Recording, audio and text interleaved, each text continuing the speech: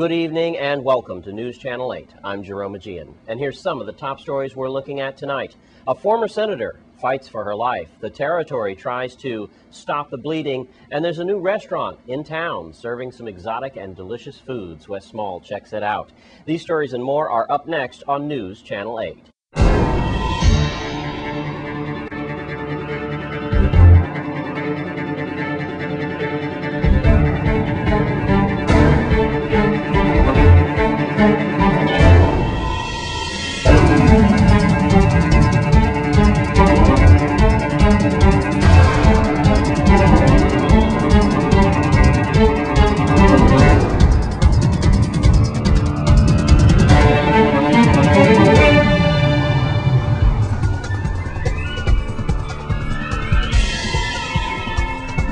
In our top story tonight, prayers from all over the territory are starting to pour in. Former Senator Lorraine Berry is being hospitalized in a Miami hospital. News Channel 8's Lee Carl files this report. This is Senator Lorraine Berry at Happier Times at Government House for a French Week celebration. The former senator has been hospitalized in Miami for treatment of an illness her family has not disclosed. Senator Berry, the only senator in the territory ever elected to 12 consecutive terms, was a candidate for lieutenant governor in 2006.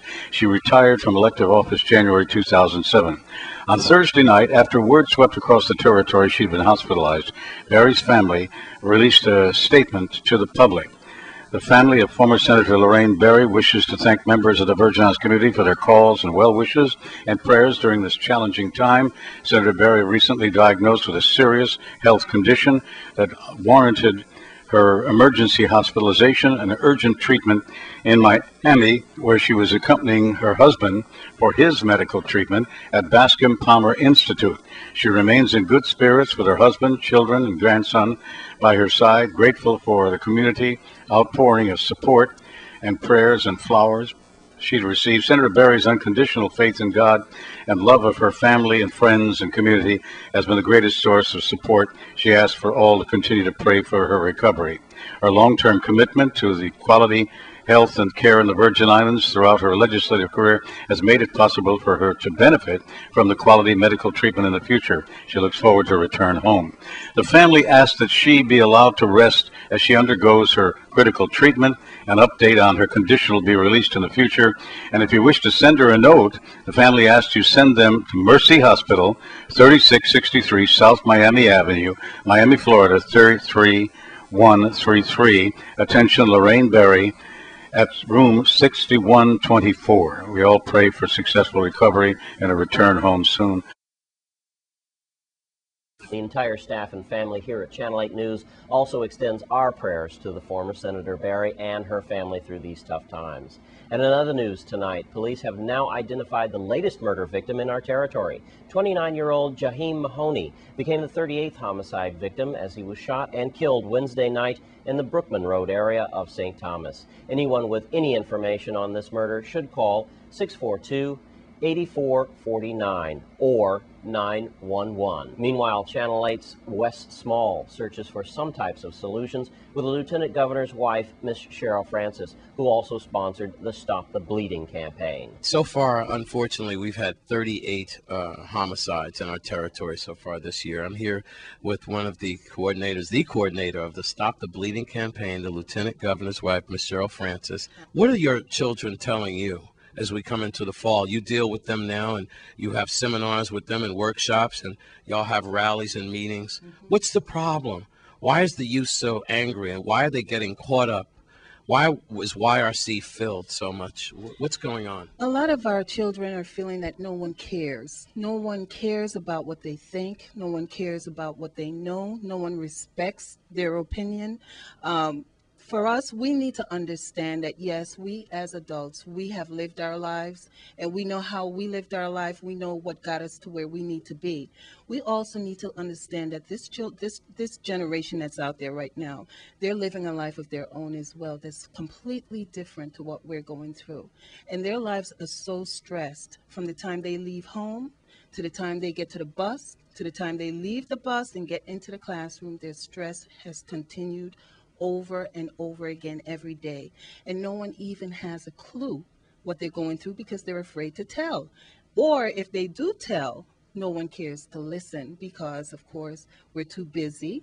We have our own lives going on. We're trying to feed you. We're trying to clothe you. We're trying to house you. Why are you even giving me this petty stuff to talk about? But it's not petty, is it? Look at what we're going through right now. This is huge. And I would say to our kids out there, listen, don't give up because it's your life, your future. We need to value life.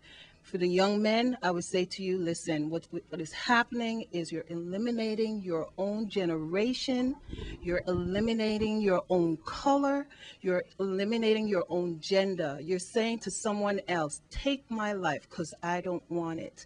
And that's not the way to solve the problems today. We need to have you talk to us. We need you to tell us your pain.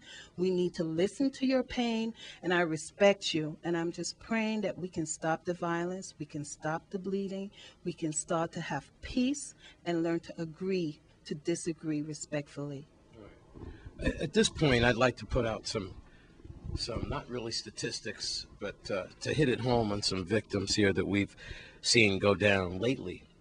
29-year-old Jahim Mahoney, the young man who got shot up just now on Brookman Road in St. Thomas. Thule from the vegetable market in Frederickstead, 35-year-old Neil Mully, who was originally from St. Thomas. His funeral was last week. The young man at Carambola, the security guard, the beautiful young man who played basketball, you're watching this picture right now, Ivor James Jr., feeling it. 28-year-old Almanzo Williams, a young man that got killed by Gertrude the other night. We believe a member of his own family killed him. Another man named Williams is, what happened to us? I don't know. Dale Hendricks, remember him, the brother who worked at Island Dairies who got stomped to death in front of Club 54. I meet his mother a lot, you know, and she's hurting. I can't see how she but she does it. That's right. Right now, I just want to say something, and I hate to put you on the spot, you know, but I just want to say stop it. I want to call for a moment of silence, even to the gunmen out there, even to just everyone.